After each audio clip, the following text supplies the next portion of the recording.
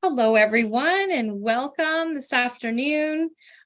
We are delighted to have here with us a very special guest, Aliqa, who's going to share with you about her incredible life and the incredible people that she comes from. And hopefully you'll learn a little bit more about the amazing Inuit. And so I'm going to turn it over to Aliqa to introduce herself. And just before I do that, though, I want to remind those who are watching, you can ask questions, and we really encourage questions to be asked. You can find the link in the chat, in the description box below on the YouTube that you're watching right now.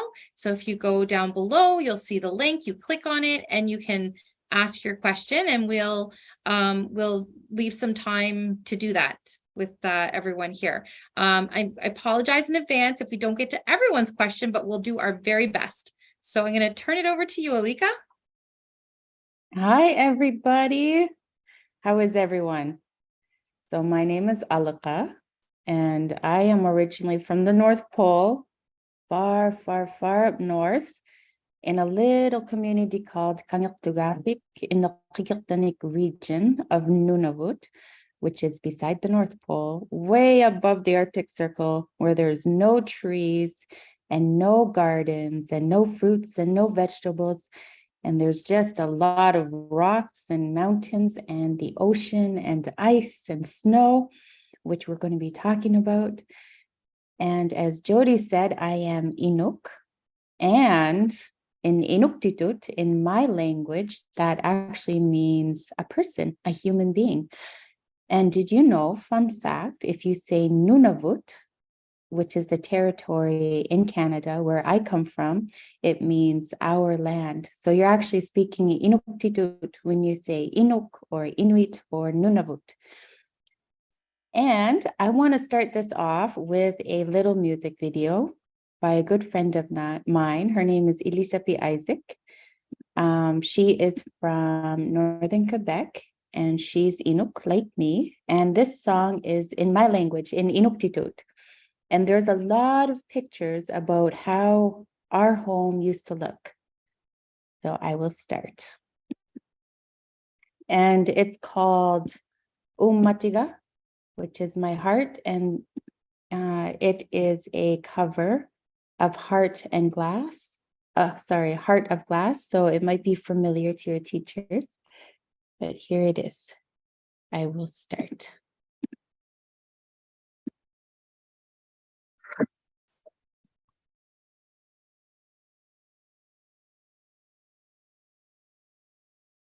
The sound isn't on.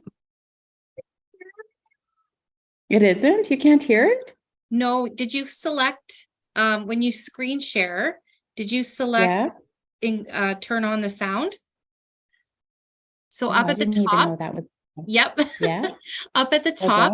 Okay, we're going to start over. So when you go to share screen, when you click on the button on the bottom left, there'll be a checkbox. Oh, I see it. Yeah. Amazing. Okay. Thank you. There.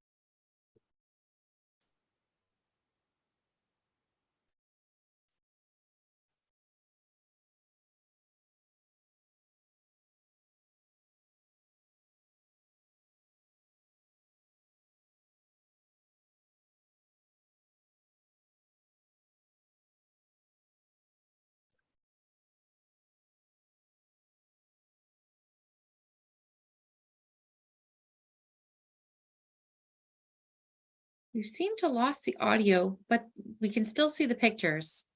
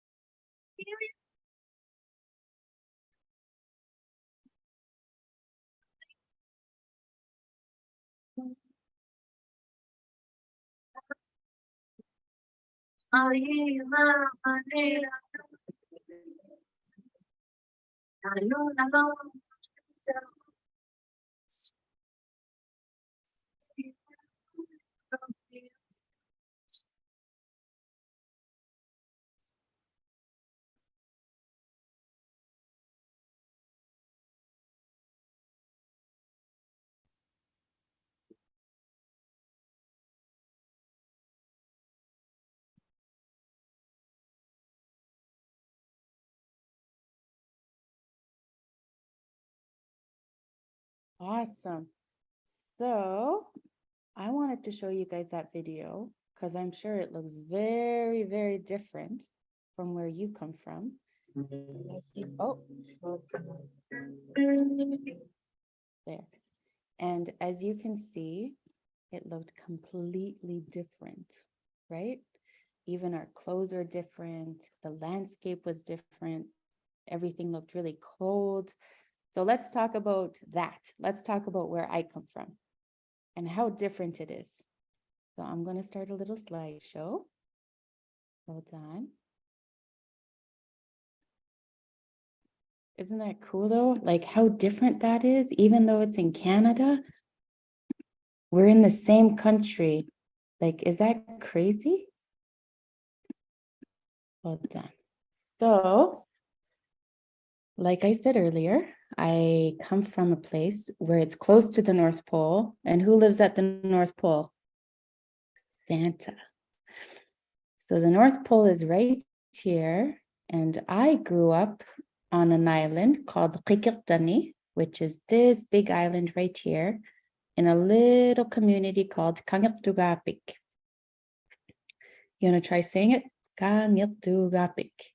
Kangiqtugaapik in Clyde River. That's the English name. So the trees stop growing over here, way down here. And you live way here at the bottom. So it's a long, long time to get there by plane. You can actually go to Cuba, and it would probably be faster to go to Cuba, to a whole new different country than it is to go to where I come from. And this is, as you saw in the music video, these are my ancestors. So this is my great-grandmother and this is my great-grandfather. And just like in the video, they're dressed the same in the same sort of landscape where there's a lot of fur because it's so cold up there and we need fur to keep us warm. And there's no trees and no flowers. And I wanted to show you guys a picture of my father, who is in the amautik. And an amautik is what my great-grandmother is wearing. And that is how we carry babies. So the babies are always over here watching everything that their mommy is doing. And they learn how to walk when they're about 2 years old, like Inuit kids in the old days, because they were always in the amautik, learning and watching and always close to their mom. So this is my dad when he was a baby, and these are his brothers. And in here, right here at the back is where they lived. And that is called a tupik, which is a tent that is made out of sealskins to keep them warm and to protect them from the harsh climates. Because as you saw in the video, when we get storms, it's really, really, really stormy. And this is called an igloo. And it's a house made out of snow. Have you guys ever seen one or heard of one? But an igloo is where my dad was born. And he was born on the Arctic Ocean when it was frozen. So it was nothing but ice. And this hunter right here is wearing caribou skins because it helps with the cold. You never get cold when you wear skins like that. Isn't that cool? But imagine making a house out of snow and babies being born. Crazy. And this is where I come from. This is the town that I grew up in. Oh, hold on. It went. Okay. So this is my dad today. He's not a baby anymore. He grew up and then had his own babies. And this is us on the Arctic sea ice again in the summertime. Can you imagine in the summertime right now? This is what it looks like. But there he is now. Oh, I don't know what's wrong with. Oh, there. I don't know what's happening. Okay. And this is the town that I come from. Isn't that cool? And would you believe me if I told you just 50 years ago, this town didn't look like this. There was no houses. There was no roads like this. And there was no school, which is over here. It was just maybe 7 houses just 50 years ago. And I grew up in a house over here at the edge of town. And when I was growing up, in the winter time especially, I would get really creeped out coming home from school because it would be dark in the winter time and polar bears would come from the mountain from the side. And they would always go to our house because my dad had a lot of dogs and they would always want to try to eat the dog food. So every time I was walking home from school, I would always be scared that there's going to be a polar bear. It was really creepy. Can you imagine? In the south, you have like coyotes and wolves, but up north, you have polar bears that you need to worry about. Kind of crazy.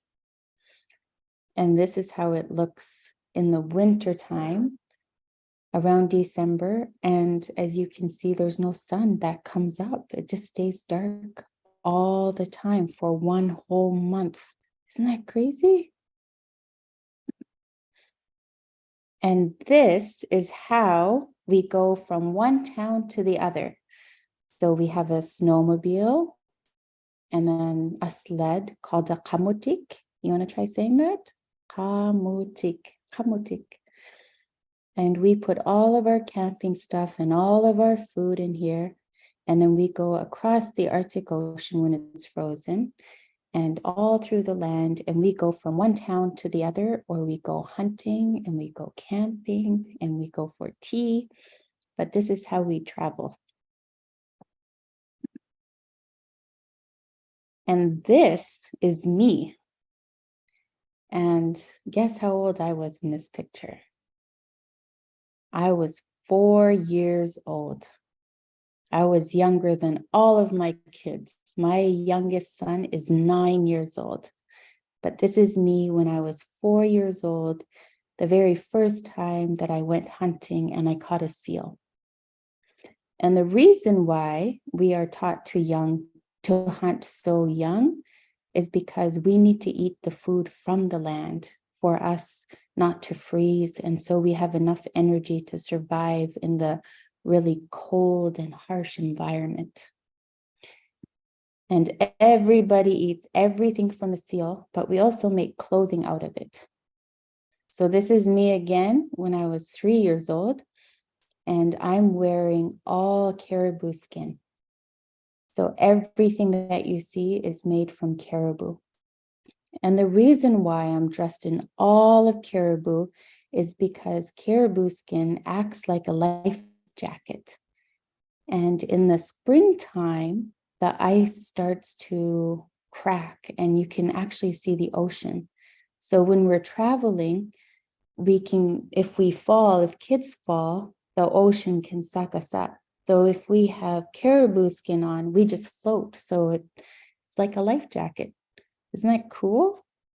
And it's really warm and it's really light. It's very nice to wear. Oh, what's happening? Oh. And this is how it looks in the summertime. So in July. And as you can see, there's no trees, there's no flowers, but there's water right here that you can drink. And if you look close enough, you can see a lot of berries and a lot of plants that you can make tea from or that you can eat. And they're very, very good for you. And there's even mushrooms up there that when you step on them, it's like they explode and they have a lot of powder that comes out. And you can use them as a Band-Aid. Like, that's really cool, isn't it? Like, even the land gives you Band-Aids and it cleans out the wound so it doesn't get infected. That is so cool. And this is in the summertime too, but this is the ocean. So you see that there's a lot of ice still. And then there's some open water and you can still go on and you can still drive on this. Isn't that crazy that in the summertime, there's still a lot of ice? And as you can see, there's a bit of green, there's a bit of grass, but again, no plants and no trees. And these are our dogs. And this was taken yesterday and the day before, we actually went on a dog team. And that kamutik that I was talking about gets pulled by the dogs, and the dogs take us wherever we want to go, which is amazing because they're so smart. So when the ice is really thin, when it's melting, the dogs know where not to go. But right now in your home, there's trees and there's a lot of grass and there's gardens that are starting and it's really hot. Well, this is how it looks in my home right now today. And after tonight, we're probably going to go on a dog team on one of these on the frozen Arctic Ocean. Isn't that crazy? And this is how it looks right now. And I'm sure at your home, it looks nothing like this. And can you believe that this is in Canada? Isn't that crazy to think about it? And this is where my family comes from. Is there any questions? Okay, let me just go to the form and see if there are any questions that have come in.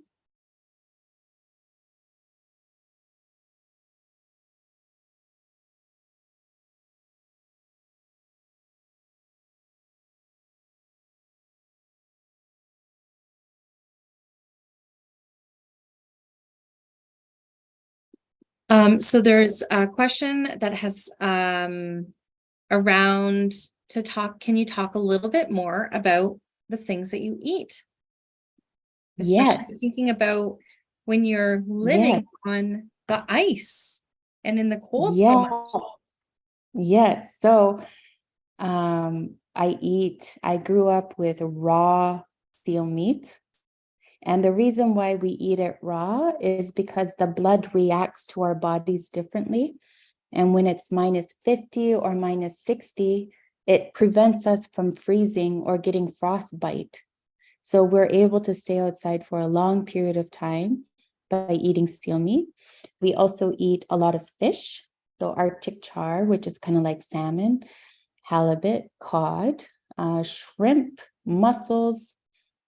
We also eat walrus, which is those big seal-looking things that have big tusks. We also eat caribou. We eat Arctic hare, which is a lot bigger than a rabbit in the south. We eat polar bear, but we never ever eat polar bear raw because there's so much vitamin A that it could actually kill us, because it's so high in nutrients. We eat narwhal, which is the black and white whale that has a long tusk that kind of looks like a unicorn. We eat that too. And yeah, but we do eat raw food, and there's a purpose for that because it raw meat has different properties, and as soon as you cook it, it actually acts differently. So my dad, when he was born, his mom died. And instead of having a bottle, my dad was fed seal blood that was cooked, and that helped him stay alive. So when it's cooked, it has different uses. And when it's raw, it also has different uses. Isn't that cool? Amazing. Another question here. This is from a grade 1 and 2 class from Yeah. Irma Coulson School. And their question is, can you tell us about schools up where you live? What is it like to go to Cool. school?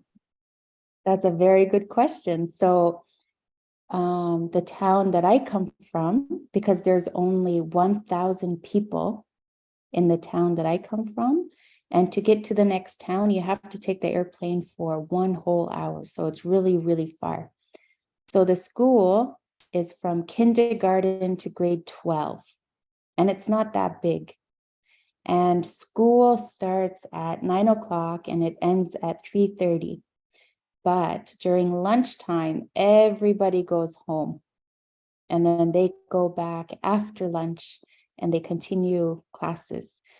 But the classes are different because a lot of them are in English, and a lot of their students don't speak English, or they're just learning English. Most of the students in where I come from speak Inuktitut, our language. So yeah, you have 2 teachers, an Inuktitut speaking one and an English speaking person that come from the south, that come all the way up here just to teach for a few months, and then they go back home. But school is a lot smaller, and it's a hybrid between Inuktitut and English.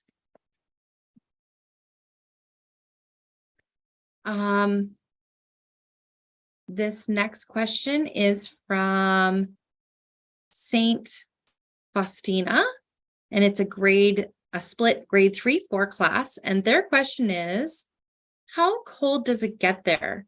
Does the Arctic Ocean stay frozen all year long? And then also, do you eat the snow? No. So we don't eat the snow because, fun fact, you actually get more thirsty when you eat the snow because you're wasting a lot of energy to melt it. And because the ocean is everywhere and it's salt water, there's a lot of salt in the snow, not just on the ice, but on the land too, because the air has a lot of salt. So you get thirsty from that. The ice does not stay frozen in my region all year round. It starts to thaw out completely by mid-July, and it starts to freeze again in September. And we go boating during that time. And it gets so cold that when you go outside, it feels like your lungs are frozen. And all the little hairs anywhere on your face, even the ones that you don't see, they turn white. And then your eyelashes freeze like in 5 minutes because it gets so cold, like there's ice on it. So just trying to open your eyes and you can feel like ice forming, like little icicles on your eyelashes. So it gets -50, -60, and it's really cold, but it's very nice. And if you're dressed in the fur and you're eating food from the land, it actually doesn't feel that cold. So it's tolerable. You can play outside for a long time. Wow. That sounds pretty cold. Another question here is from E.W. Foster, a grade 1 class, and their question is, what do you do when the dogs get tired? Oh, this is a good question. So I actually was on a dog team race for 9 whole days, and that we drove on the dog team for a very long time. And every day, the dogs would run between 6 to 10 hours straight. They would just run, run, run, run, run. Can you believe it? The dogs ran for that long with a qamutik, the sled, and people on top of the qamutik. So they're pushing everybody. They actually don't get tired as long as they rest for a few hours because of the way their bodies are made. They're not regular dogs. They're very muscle dogs. They have a lot of muscle and they're built very differently.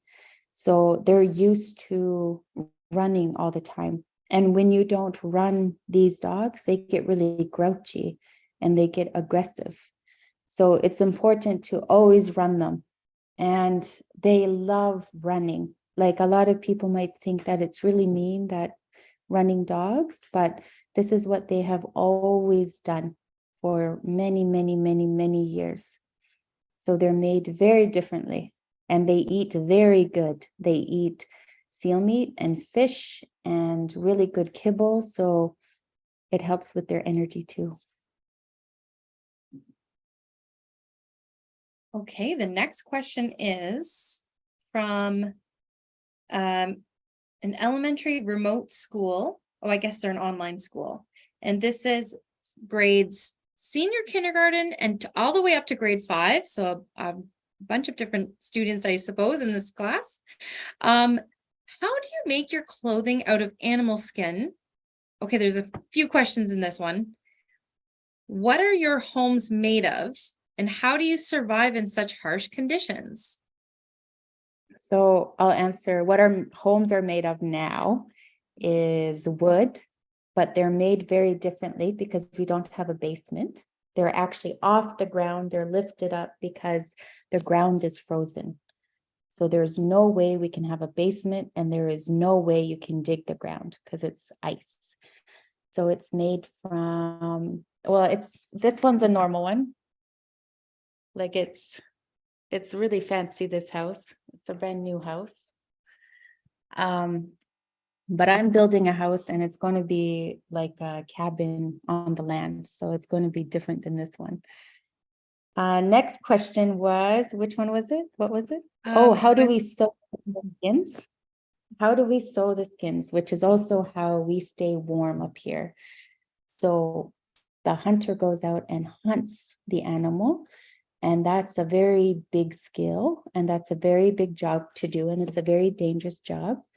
And there's a lot of learning that the hunter has to learn, including loving the animal and loving the environment and learning how to stay safe and respecting everything. So they catch the animal and then we got to go through skinning processes and then tan the animal skin. And then we sew by hand. After all of that is done, we sew everything by hand because when you're working with seal skin, caribou skin, fox fur, polar bear skin, you can't use a sewing machine. And as we sow it, we measure on whoever is going to use it. So it's always perfectly made for that person. So it's always perfect for the conditions outside and what they're going to do. So it's pretty cool. There are two questions that are very similar. So we'll just put them together as one. So this is from Burnt Elm School, grade 3, and P.L. Robertson, grade 5. And both are asking, well, similar. Have you ever gotten frostbite, and how do you protect yourself against frostbite? Yes, I have gotten frostbite. And when you get frostbite up here, it turns into a big bubble. Like it fills up with water. I forget what it's called in English, but like it's really painful. And your skin actually dies and you start peeling. I have gotten it. Yes, a blister. It's called a blister. And it's really painful. And how you actually prevent from getting frostbite is with the clothes, so the fur that you use. And a lot of times when you see Inuit, we have fur on the hood, right? And the fur isn't for decoration. It's actually to protect our face. Because when we have the fur on, the wind just goes through and it keeps our face warm. And another way we can make sure that we don't get frostbite is by drinking lots of water and the food that we eat. So it's all about living and understanding the land. So if there was there's no seals where you guys come from because you don't need seals to survive in that environment, right? We have seals and polar bears up here because we need to eat those as humans to survive up here in the really, really cold climate.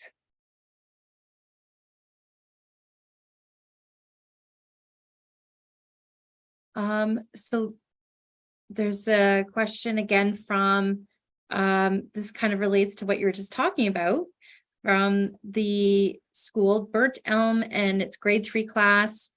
Do you have grocery stores? Maybe this might lead into a conversation around how expensive food is there and how important it is to live off the land. Yes. So in the community that I come from, there's only one grocery store, just one. And it is very, very, very expensive.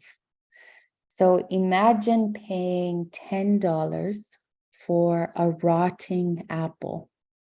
And the reason why they're selling a rotting apple is because everything has to go by airplane all the way from the south, all the way from Ottawa or Toronto. And they fly it by airplane, and then it finally gets to the store. But sometimes when there's a storm, the airplane can't land. So all of that food that is going to the store a lot of times goes bad, or they start freezing because it's so cold. So grocery stores, yes, we do, but everything is very, very expensive. Like, who likes watermelon? I think everybody, or if not most people, like watermelon. Can you imagine paying $120 for watermelon? 120. That's crazy. So if we were to buy all of our groceries all the time from the grocery store, I think a lot of people would starve. Like, it's so important that we get food from the land. Like, a seal is going to provide food for a lot of people, and it's exactly what our bodies need up here. If we spent $120 on a watermelon, instead of using that money to go hunting, a lot of people are going to go hungry, and we're going to get, frostbite, and we're not going to feel very healthy because we'll be cold, because we're not meant to eat watermelon because it's not hot up here. So yeah, there's one grocery store where I am right now, which is the capital of Nunavut. There's about 3 grocery stores, and they're still very, very, very expensive. Like a pack of gum is like $5. That's a lot of money. I'm still stuck on $110 for watermelon or 20. 20. 20. Wow. Just to put it in comparison, in case there's kids here who don't know how much a watermelon here in Brampton or Mississauga costs, maybe depending on when you get your watermelon, maybe $3 or $4. So $3 compared to $120, like that's a big difference. Wow. This next question is from Peel Elementary Virtual School, grade 5, and their question is, how do you get supplies if you're sick? Good question. Oh, we seem to have, maybe there's an internet challenge here. Oh, we've lost.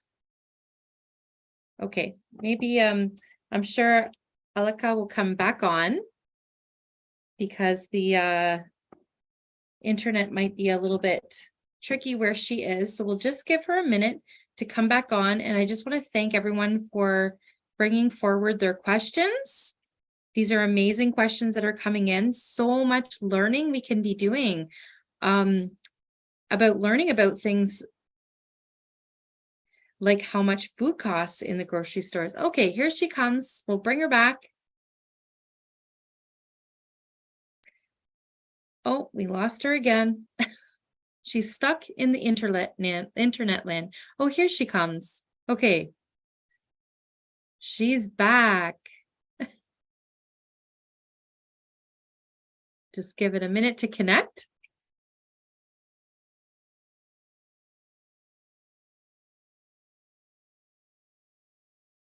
And just as we're waiting for her to come on, it's she's just connecting to her audio here. Oh, there. Here we go. We're back. There. Okay, great. I had the power went off and my Wi-Fi stopped. This is Nunavut. Everything's unpredictable. But now that I have my cell phone, I can actually show you guys what it looks like outside right now to give you guys a better perspective. So, like I said, this is the capital. So it's not this big in communities. So let's see. I'm on the deck. Well done. How do I go there? So this is what it looks like right now. And you see all of that? All of that is the Arctic Ocean frozen. And our dogs are actually on the ice right now over here. But this is what the capital city looks like. And as you can see, those are our homes for the ones that were asking what they look like. And this is what it looks like today. And if you can see, like over here, those are all the mountains and the hills. And they are still very much covered with a lot of snow. So that's Iqaluit, the capital. Oops. So I'm not sure if I answered the question that was asked before or. I also we'll have to go back and check to see where we left off. That was amazing though to see that. I'm kind of glad you had an internet lapse. So we could see out your back window. Amazing. Maybe we'll just do a couple more questions if we still have you there. Oh, I think you're frozen again. The environment is so harsh, as you saw. It can change in a heartbeat and you can get lost so easily. And if you were on the ice, it can be so dangerous, which is why our knowledges are very important to maintain, and especially our language, because it helps us live up here and coexist with everything. But it's very different. There's no trees, no gardens, nothing. Isn't it cool? It's amazing. Well, I think I know that the Wi-Fi has been a little bit of a challenge, but this is reality of life in the north. Is there any, as we kind of come to the end of our session, is there any last words you want to? Oh, actually, sorry. Let me. I had saved a couple of questions because I wanted the students here to hear the beautiful language that you speak, and 2 questions around your language. One is from Eastview, grade 4. They want to know, how do you say I love you in your language? And the other one was from Whitehorn Public School, grade 2. How do you say hello, good morning, how are you? So those are some language questions. Maybe that would be a great spot to leave off on. I love it. So I love you is nagligivagit. Nagligivagit. You want to try? Nagligivagit. Nagligivagit. And in when we are parents, we tell our kids that we love them by saying aich, which is a lot easier. Try it. Aich. So it's nagligivagit or aich. And in Inuktitut, we don't have a word for hi, but we say tungasugit. Tungasugit, which means welcome. Welcome to me, welcome to my space, welcome to this relationship. So tungasugit, tungasugit. And to say good morning, we say ullakut, ullakut. The afternoon is unnusakut, unnusakut. And then evening is unnukut, unnukut. And in general, you can just say ullukut, good day. So again, nadligivagi is I love you. And that is something we should spread to each other always, because we're all so amazing. So you should be going to each other and saying nadligivagi or aich. That's beautiful. So I think, yeah, is there any last words you want to share with everyone here? I just wanted to say kuyanamik, thank you. Kuyanamik to everybody that asked questions and for listening to me.